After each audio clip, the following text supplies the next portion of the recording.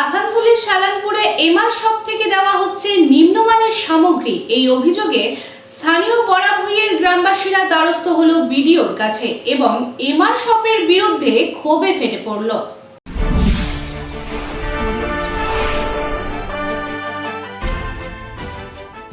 পশ্চিম বর্ধমানের সালানপুরে রেশনের নামে অখাদ্য আটা দেওয়ার বিরুদ্ধে এবার প্রতিবাদে নামল গ্রামবাসীরা।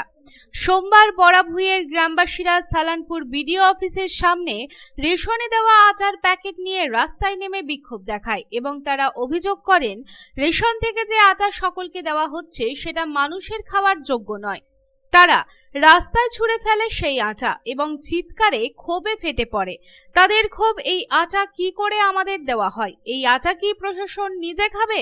তাদের এও অভিযোগ, প্রশাসনের তরফে পরীক্ষা হয়েছে এই আটাগুলির, আর সেই আটাকে দেওয়া হয়েছে ক্লিন চিট। তারা আরো বলেন, এই আটা বিডিও সাহেবকে খাওয়ানো হোক, তবেই বোঝা যাবে এর মান কতটা নিচে। এবং তারা শুধু ক্ষোভ নয়, প্রশাসনের দায়িত্বহীনতার প্রতি তীব্র কটাক্ষ করেন। রেশন ডিলারদের উপরও তাদের আঙ্গুল ওঠে। এরপরে তারা দাবি করেন, মানসম্মত রেশন, স্বচ্ছ ব্যবস্থা আর দায়িত্বশীল প্রশাসন। এই ক্ষোভের আগুন যদি প্রশাসনকে না জাগায় তবে এই আগুন আরো বড় হবে, আরো তীব্র হবে। বলছে আমি যাই করে দেখবো। ফুড ইন্সপেক্টর বলছে আমি আমার কোনো অধিকারই নাই, আমার কোনো অধিকারই নেই আটাটাকে দেখার।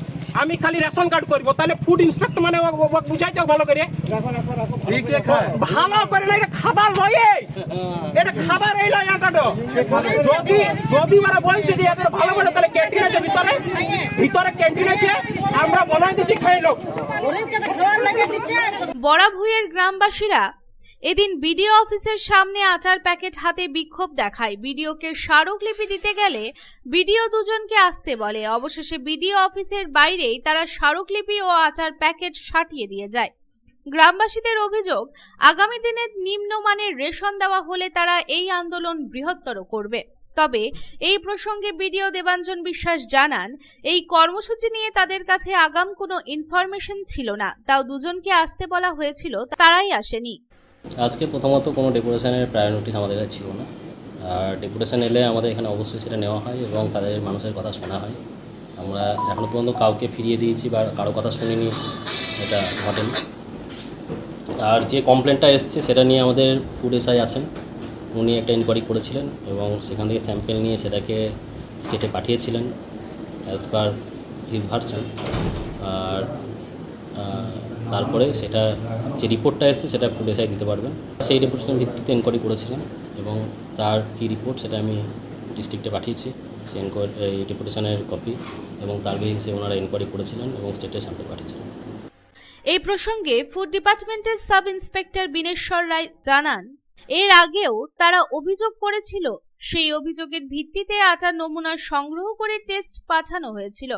সেখানে রিপোর্টে ক্লিন চিট দেওয়া হয়েছে। আজকে যেটা দিয়েছিল তার আগে কমপ্লেন করা হয়েছিল, ওটার বেসিসে আমরা ইনকোয়ারি করে স্যাম্পল পাঠিয়েছিলাম। স্যাম্পলটা পাস হয়েও আসছে, ওটারও আমাদের কাছে রিপোর্ট ঠিক আছে। অপরদিকে এই প্রসঙ্গে গ্রামবাসী সোনামণি মুর্মু কি জানাচ্ছেন, আসুন শুনে নিই। ভিডিও আসছে, আমরা আটা পাচ্ছি বালি। আমার 5 কিলো চাল আছে, তো 3 কিলো দিছে, 2 কিলো আটা দিছে। এটার জন্য আমরা আসিছি। আমরা যেমন বালি আটা না পাই, আমরা ভালো আটা চাই। আটা যদি না আমরা আটা আমরা বলছি লিব না, আমাদের গম চাই। এখন ওই আমাদের ভালো চাল চাই, গম চাল চাই, এটাই আমরা। হ্যাঁ, আটা বন্ধ, আটাটা দিয়ে এই বালি আসে, বালি আটাটা আমরা কি করব? অপরদিকে এই প্রসঙ্গে গ্রামবাসী অমরনাথ মাহাতো কি জানাচ্ছেন, আসুন শুনে নিই। সঠিক পরিমাণ মানে 5 কিলো আছে, তো আপনাকে 3 কিলো চাল দিচ্ছে, 2 কিলো আটা দিচ্ছে। যে চাল আর আটার মধ্যে সাবসিডিতে 12 টাকার অন্তর। তাহলে আমি যদি চালটা পাই, তাহলে চালটা ভালো আছে, আটা থেকে ভালো আছে, অত ভালো নেই, তাহলে আমি আটাটা পাবো না। আর আমি তো আটার ভোগিয়ে লই, আমি চাল দিতে হবে 5 কিলো, ওই চালটা দিচ্ছে না, 3 কিলো দিচ্ছে, 2 কিলো মেরে দিচ্ছে। আর 2 কিলো আটাটা কোথা থেকে আসছে এটা ওনাকে জবাব দিতে হবে, কেন খাদ্য সাথীতে আটা কোনো স্কিমেই নেই। RSKY 1 RSKY 2 এটাতে আছে। RSKY আছে 5 কিলো চাল, আর RSKY 2তে আছে মনে হয় 3 কিলো চাল, আর আটা নেই।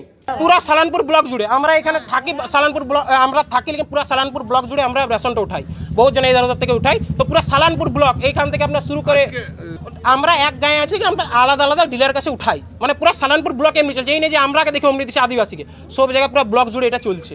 আমরা চাইছি আটাটা ভালো হোক, আর যে কারচুপি হচ্ছে ওই আটার বদলি চাল সেটা যেমন না দেওয়া হয়।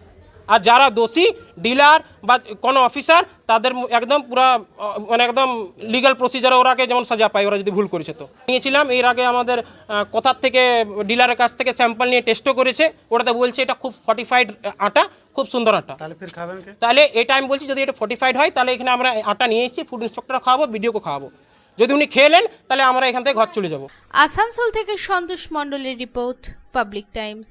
রানীগঞ্জ রামবাগান ডক্টরস কলোনি অবস্থিত সঠিক চিকিৎসার অন্যতম ঠিকানা সাধু মেডিকেল। এখানে নিয়মিত বসছেন রানীগঞ্জের সুনামধন্য doctor Deep Mukhopadhyay, MD general medicine, gold medalist, DM nephrology, kidney বিশেষজ্ঞ সোম থেকে শুক্র, এবং নিয়মিত বসছেন নিউরো বিশেষজ্ঞ ডক্টর সৈকত সাহা প্রতি বুধবার। এছাড়াও রিউমাটোলজি ও ডায়াবেটোলজি রোগ বিশেষজ্ঞ ডক্টর সুধা সত্য চ্যাটার্জি থাকছেন মাসের দ্বিতীয় শনিবার। MD DM endocrinology, gold medalist, sugar ও thyroid specialist doctor Subrata Chakraborty থাকছেন প্রতি মাসের দ্বিতীয় শনিবার। নাক কান গলা বিশেষজ্ঞ ডক্টর অমিত শঙ্কর গুপ্তা থাকছেন প্রতি বুধবার ও শুক্রবার। এছাড়াও ইউরোলজিস্ট ডক্টর রণবীর কুমার সাধু মেডিকেলে থাকছেন প্রতি শুক্রবার।